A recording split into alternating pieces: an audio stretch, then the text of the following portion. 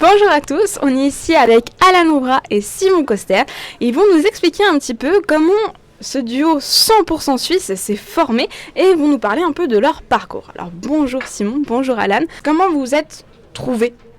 Eh ben, nous, on a commencé notre carrière en tant que coureur au large il y a 10 ans.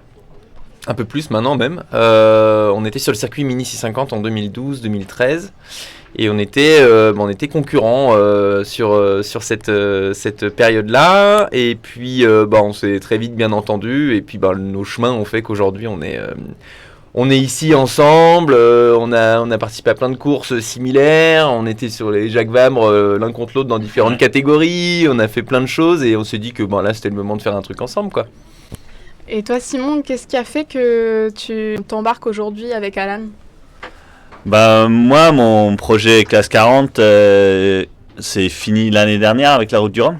Du coup, je cherchais une opportunité d'embarquer, de préférence sur quelque chose de plus grand. Du coup, vu que je connaissais Alan, vu que j'avais déjà travaillé avec lui avant, assez vite, je l'ai contacté, vu que toute la saison qu'on avait en IMOCA cette année est en double.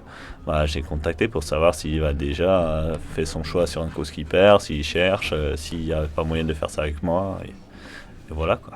Et toi, qu'est-ce qui a fait que quand Simon est venu te voir, t'as dit oui.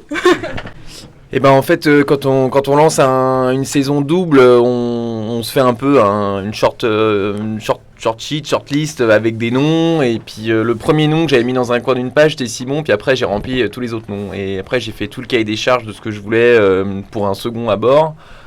Et en fait, le nom de Simon était toujours là, quoi. Enfin, en fait, c'était le premier. Et du coup, quand c'est le premier, généralement, c'est que c'est le bon. Et puis après, en fait, ça s'est fait hyper naturellement. On le savait avant le départ de la Route du Rhum. Ce qui, l'un comme l'autre, nous a aussi permis de respirer. Parce que tu sais qu'après le Rhum, tu sais ce que tu fais et avec qui. Et du coup, c'était vraiment chouette, quoi. Donc, voilà, Simon, il a des qualités de performeurs et de marins qui sont exceptionnels et je pense qu'on est aujourd'hui très complémentaires sur ce bateau et c'est ce qui fait que on s'entend bien, on navigue bien et puis on fait un joli projet, ouais. Vous êtes tous les deux suisses, c'était un petit plus pour le choix ou c'était pas fait exprès ? Il y avait l'idée de faire un équipage suisse, ça c'est sûr. Alors après, quand on commence à faire le cahier des charges et qu'on rajoute Suisse dedans, ça enlève beaucoup de monde, hein, parce qu'on n'est pas 50 non plus dans le milieu. Et du coup, c'est sûr que c'est un énorme plus. J'avais discuté, et ce qui est drôle, c'est qu'il court aujourd'hui, c'était avec Nils aussi, Nils Palmieri, qui est avec un autre Suisse aussi, donc on est deux équipages 100% suisses.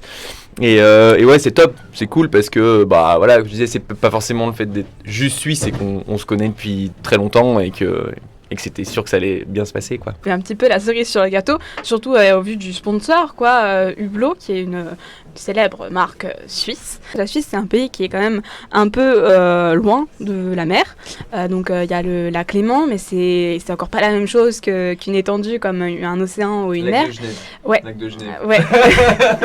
Mais du coup, comment vous arrivez à la course au large, tu vois, c'est pas quelque chose qui coule de source, quoi. Il y a la Suisse, elle a un passif dans le domaine du large depuis très longtemps. Alors c'était sur les Whitbread au début avec les bateaux type Disque d'Or, Mérite, etc. qui ont formé beaucoup de grands marins qui ont participé au Vendée Globe et à plein de courses au large. Et de ça, en fait, pour la plupart, il y a une école de régate qui s'appelle le CERF à Genève et qui ont formé beaucoup de gens et surtout ont emmené la jeunesse en mer pour faire le Tour de France à la voile. Et donc ça a donné une attirance au large à plein de jeunes. Alors nous, pour le coup, on n'est pas du tout là-dedans. On vient de milieux complètement différents et on s'est rapproché de la mer. Simon, il pourra plus en parler que moi de son côté, mais en tout cas, moi, j'étais plus côté aventure, croisière, autour du monde. Et en fait, le Suisse, il aime voyager, il aime l'aventure. Du coup, c'est sûr que ça fait pas mal de marins, quoi. Et du coup, toi, Simon, comment t'es venu à la voile ? Moi, j'ai commencé à naviguer avec mes parents sur un petit bateau sur lac et après, assez vite, je suis un peu tombé dans la régate en optimiste, en 401, vraiment on fait un peu tout le chemin classique du dériveur. Et en dériveur, on commence à tourner pas mal dans toute l'Europe, dans pas mal de pays loin aussi, à faire des régates, à faire des compétitions. Et j'avais toujours cette fascination pour les grandes courses au large. Je suivais beaucoup le Whitbread et le Volvo Ocean Race à l'époque, jusqu'au point d'aller à un escale pour visiter un bateau et tout ça. Et ça m'a toujours fait rêver. Et du coup, au bout d'un moment, je commence à me dire, mais ce sera sympa de pas que tourner autour des bouées et de faire des trucs un peu plus longs. Et c'est que après d'avoir fait une licence de skipper professionnel en Angleterre, d'avoir traversé l'Atlantique 3 fois avec les clients à bord, que je me suis dit, faut vraiment que je me tente en course au large. Où je me suis dit, je devrais avoir assez de compétences pour me lancer dans une mini. Et c'est un peu comme ça, tout a commencé. Ouais.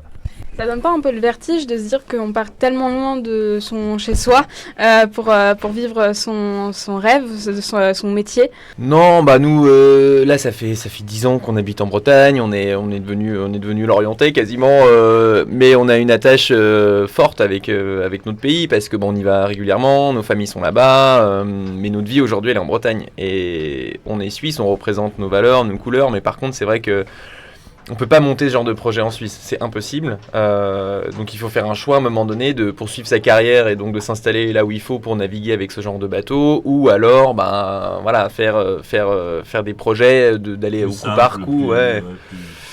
Mais je trouve qu'on est bien en Bretagne. Ouais, je pense que c'est plus au début quand on dit que là à la place de faire l'université, je vais aller faire du bateau, je vais aller en Bretagne faire du mini. C'est sûr que les gens ils te regardent un peu plus de travers, à se dire mais t'es sûr là ce que tu fais là? Moi j'avais les clés de mon casier pour aller à l'école d'ingé à la maison, et je les ai appelés. En fait, là, je vais aller faire une transat avant. Et après, d'une transat, c'est devenu 2, 3, après un projet mini. Du coup, au final, je suis jamais vraiment retourné en Suisse depuis. T'as toujours les clés? C'est ça. Voilà, du coup, ça s'est assez vite arrêté là. Mais ouais, du coup, c'est marrant. Une fois, t'as fait le pas, ça va quoi, mais les gens ils comprennent plus tard, mais au début c'est sûr que quand tu sors un peu du système, quand tu sors un peu du connu, c'est un peu les gens ils posent quand même des questions, mais tu fais pas une connerie là, est-ce que c'est vraiment ce que tu veux faire, t'es vraiment sûr dans quoi tu te lances là, et c'est une fois que t'es dedans, tu te poses plus toutes ces questions là. Je pense que chez Alan, c'est peut-être un peu différent, vu que déjà, t'es un peu sorti du... Ouais, déjà, toi, ouais. Ouais, justement.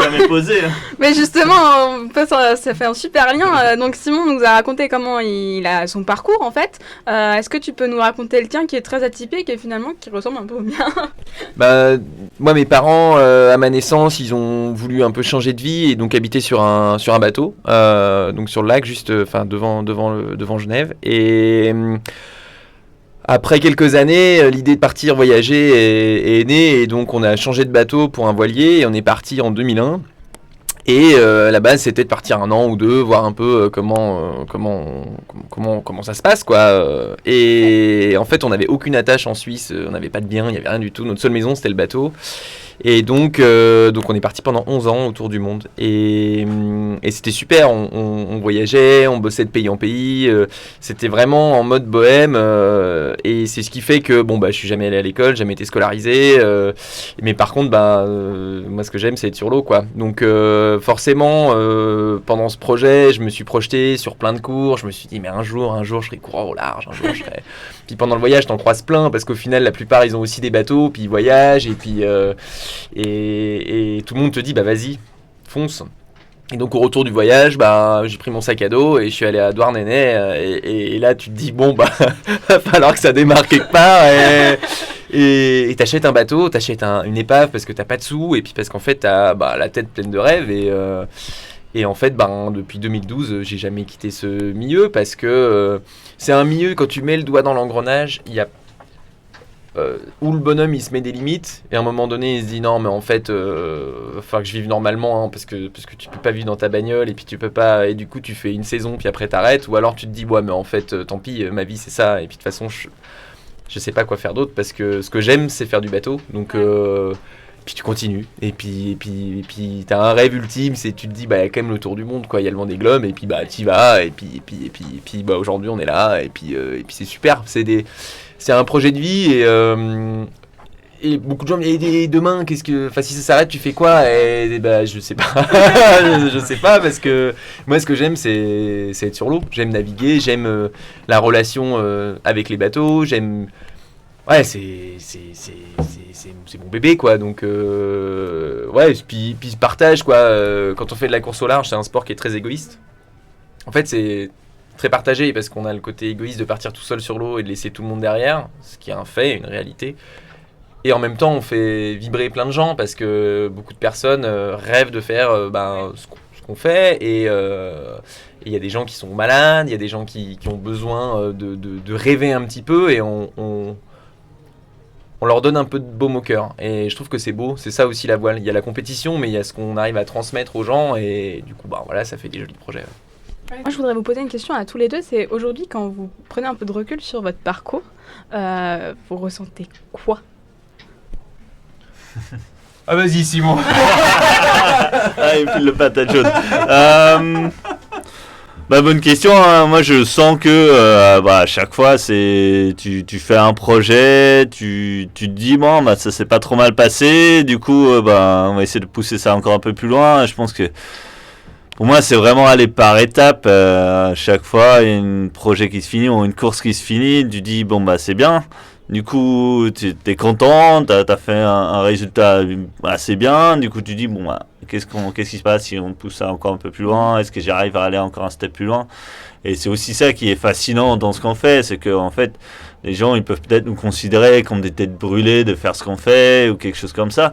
Mais au final, ça vient tellement par étapes et c'est vachement réfléchi, en fait, tout ça. Du coup, c'est vachement entraîné aussi. Et petit à petit, ce qui te paraissait 5 ans, 10 ans en arrière, ce qui te paraissait fou, ça devient atteignable. Ouais. Et du coup, ça t'attire encore plus. Du coup, tu vois que c'est pas très loin, c'est faisable. Du coup, tu y vas encore plus fort, quoi. Et c'est ça qui te fait progresser tout le temps, quoi. Et toi, Alan, tu pourras pas l'éviter. Hein.